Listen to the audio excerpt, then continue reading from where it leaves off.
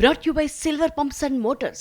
Top quality और consistent performance के लिए सिर्फ सिल्वर पंप्स नाम याद रखना.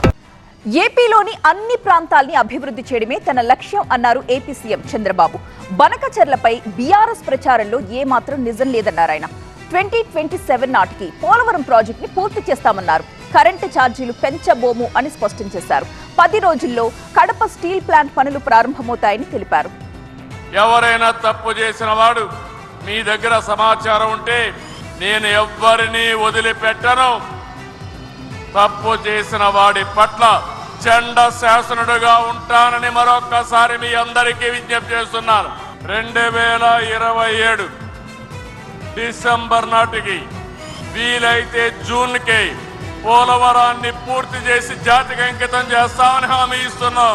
సముద్రం లేకపోయే నీళ్లు మనం వాడుకుంటే ఈ నీళ్ల వల్ల తెలంగాణకు కూడా లాభం ఉంటుంది తప్ప ఎవరికి నష్టం లేదు. ఇక్కడ బీఆర్ఎస్ అయితే ఏదో నష్టం వచ్చేట్టు మాట్లాడుతున్నారు. ఏ రాజు, ఎవరా అమ్మాయి? ఇది మ్యారేజ్ ఇన్విటేషన్ కాదు, నేను కొత్త బిజినెస్ స్టార్ట్ చేస్తున్నాను. కానీ ఎలా? బాస్ వాలా. బాస్ వాలా, బీ ద బాస్.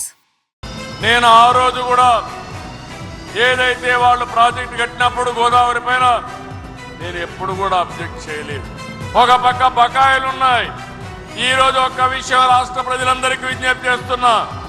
నేను ఎన్నికల కంటే ముందు చెప్పాను, ఖర్చు తగ్గిస్తా, సమర్థత పెంచుతా, కరెంటు ఛార్జీలు పెంచనని ఆ రోజే చెప్పాను.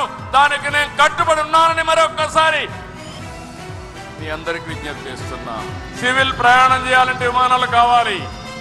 అలాంటి విమానాలు తయారు చేసే ప్రదేశానికి అనువైనది అనంతపూర్ జిల్లా లేపాక్షి ప్రాంతం అని చెప్పి కూడా నేను మీకు తెలియజేస్తున్నా.